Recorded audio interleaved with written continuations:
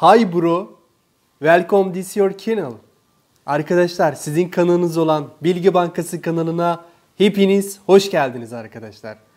Arkadaşlar Michigan Gölü yakınında bulunan yazlığımda geçirdiğim hafta sonu tatilimde bizzat bu bölgede harp denemesine şahit olduk. Ve video çekimi esnasında defalarca deprem yaşadık. Videolarımızı izlemek isteyenler için linkini şuraya yukarı bir yere bırakıyorum.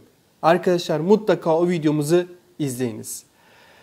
Merak edip yazanlar oldu. Herkesten Allah razı olsun. Çok şükür arkadaşlar sağ salim o günü atlattık. Çevremizde yıkılan yazlıklar oldu. Kafa dinleyelim diyerek geldiğimiz yerde neler yaşadık? En azından bu hain plana şahit olduk ve bu vesileyle bizzat buradan da sizlere bunu göstermiş oldum. Arkadaşlar bu sefer de dönüş yolunda çok garip bir olay yaşadık. Yanlış hatırlamıyorsam gece 2-3 sıralarıydı. Aracımla seyir halindeyken birden başım döndü ve mide bulantısı yaşadım. Derhal hemen aracımı kenara çektim ve hava almak için aracımdan indim. Bir süre sonra mide bulantım ve baş dönmem geçti. Hemen vakit kaybetmeden aracıma binip yolculuğuma devam etmek istiyordum. Çünkü arkadaşlar yolum bir hayli uzundu. Aracın kapısını açtım. Tam binecekken gökyüzünde bir ışık kayması oldu. Çok yoğun bir ışıktı arkadaşlar. Adeta gözlerimi kör edecek derece keskin bir ışıktı bu. Halka şeklindeydi. Ve yoğun bir ses duyuluyordu arkadaşlar. Kulaklarımı ellerimle kapattım. Çünkü kulak zarımı patlatacak derecede yüksek frekanslı bir sesti bu.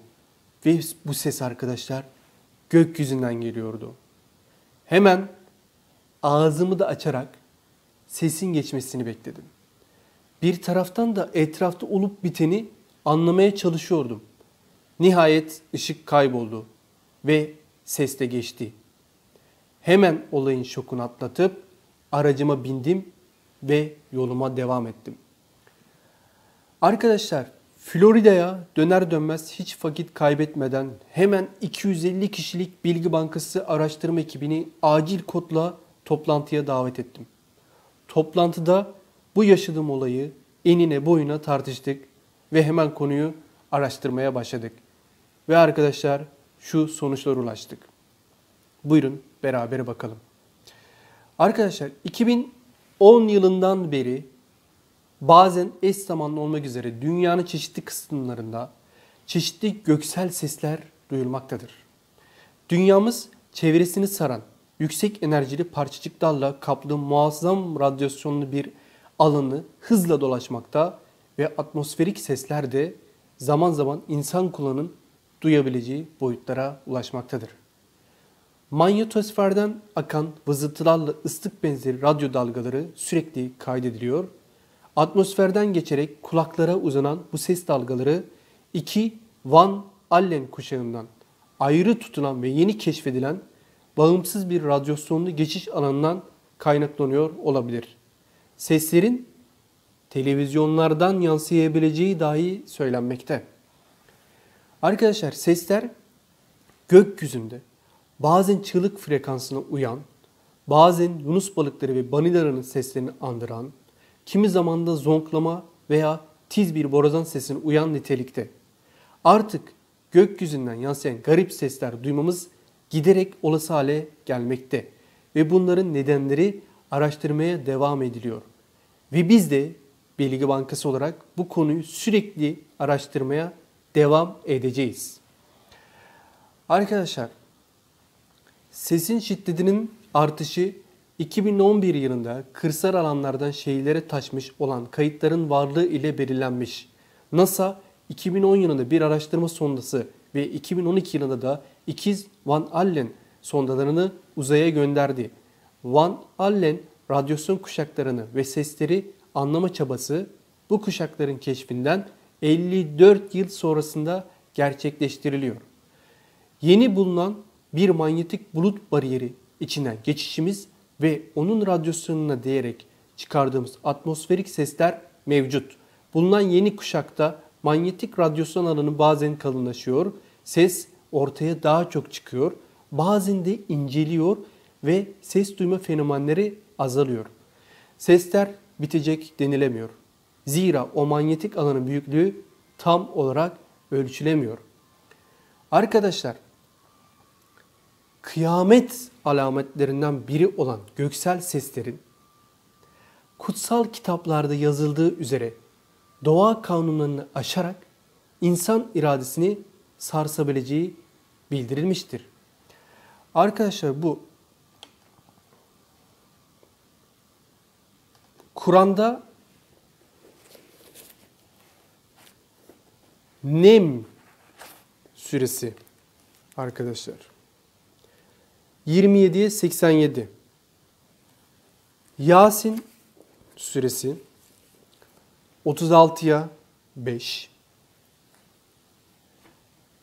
Ez-Zümer suresi 36'ya 68, El-Hakka suresi 69, 13, 16 ayetlerinde bu yazmakta.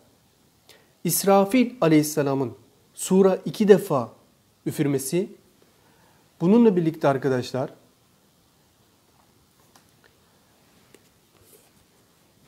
İncil esinleme bölümü, yani Revelation 8'de 7 meleğin 7 borazanı çalması, Ezekiel 33, 3'e 5, Thessalonians 4, 6, 7, Corinthians 15, 52 ayetlerinde seslerin işaret verişi dünyanın sonunu anlatan ifadelere bağlanmaktadır. Arkadaşlar, Van Allen kuşakları ve önemi. Dünyanın çevresindeki Van Allen adı verilen iki radyasyon kuşağı, Amerikalı fizikçi James Van Allen'in 1958 yılındaki keşfidir. Dıştaki kuşakta elektronların, içteki kuşakta ise protonların baskın oluşu, Güneş'in bize gönderdiği ışınların yeryüzü manyetik alanı sayesinde toplanıp bir kalkana dönüştürülmesinin sonucudur. İşte Van Allen ışınım kuşaklarının dünyada yaşama sağladığı etkinin önemi burada başlar. Güneşin korkutucu enerjisinden, şiddetli patlamaların yıkıcı gücünden bu sayede belirli ölçülerde korunuruz.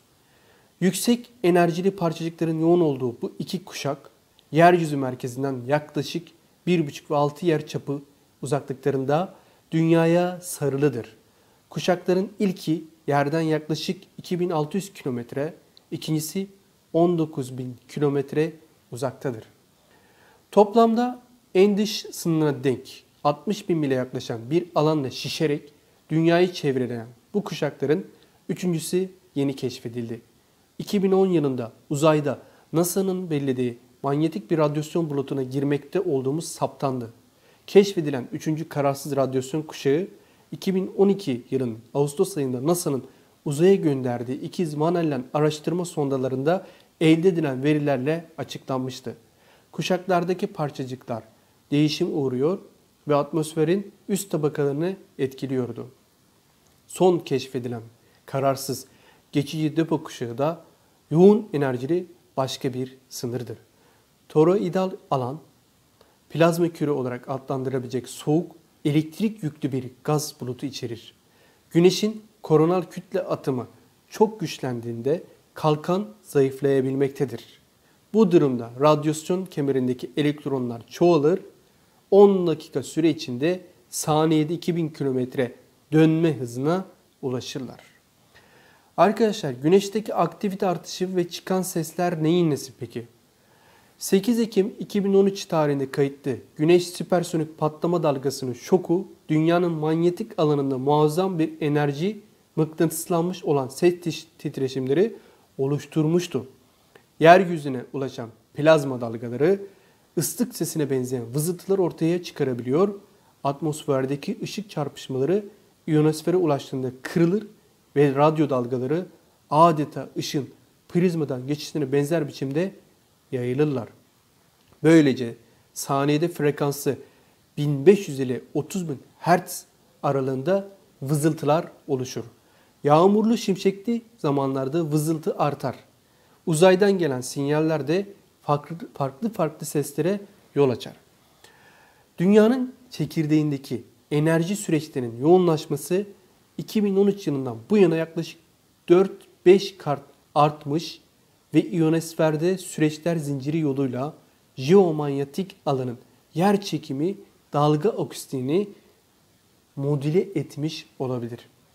Arkadaşlar gezegenimizin farklı yerlerinde korkutucu düşük frekanslı sesler duyulması güneş aktivitesinde beklenen önemli artışla paralel gelişerek gezegenimizin jeodinamik aktivitesinin göstergesi haline gelmektedir. Bu nedenlerle de sismik faaliyetler, volkanik patlamalar, tsunami ve ani değişimli tablolarla gelişen hava olaylarında artış beklenilmektedir. Yani arkadaşlar, bu duyduğum esrarengiz ses ile ilgili araştırmamız bu şekildeydi. Bilimsel bir araştırma olduğu için biraz bu sıkıcı gelmiş olabilir arkadaşlar. Ama konunun özü bu şekilde. Yani bu tarz bir sesi duyan ilk ben olmadığım gibi son duyan da ben olmayacağım aşikar. Siz de bu tarz bir ses duyduğunuz takdirde panik yapmayın. Ağzınızı açarak sesin geçmesini bekleyin. Çünkü bu şekilde ağzınızı açtığınız takdirde kulak zarınızın patlamasını engellemiş olursunuz. Arkadaşlar, bu konunun bilimsel araştırması ve açıklamasını sizlere elimden geldiğince izah ettim. Sizlerin bu konu ve buna benzer yaşamış olduğunuz gizemli olaylarınız varsa yorumlar kısmına bunları mutlaka yazın arkadaşlar. 250 kişilik araştırma ekibimizle en kısa sürede araştırmasını yapalım ve sizlere buradan bunu sunalım arkadaşlar. Bugünlük bu kadardı. Kanalımıza hala abone değilseniz sizin kanalınız olan Bilgi Bankası kanalına mutlaka abone olunuz ve bildirimleri açarak bir sonraki videoyu bekleyiniz arkadaşlar. Videoyu beğenmeyi ve konu hakkında yorumlar yazmayı ihmal etmeyiniz. Hoşça kalın, sağlıcakla kalın.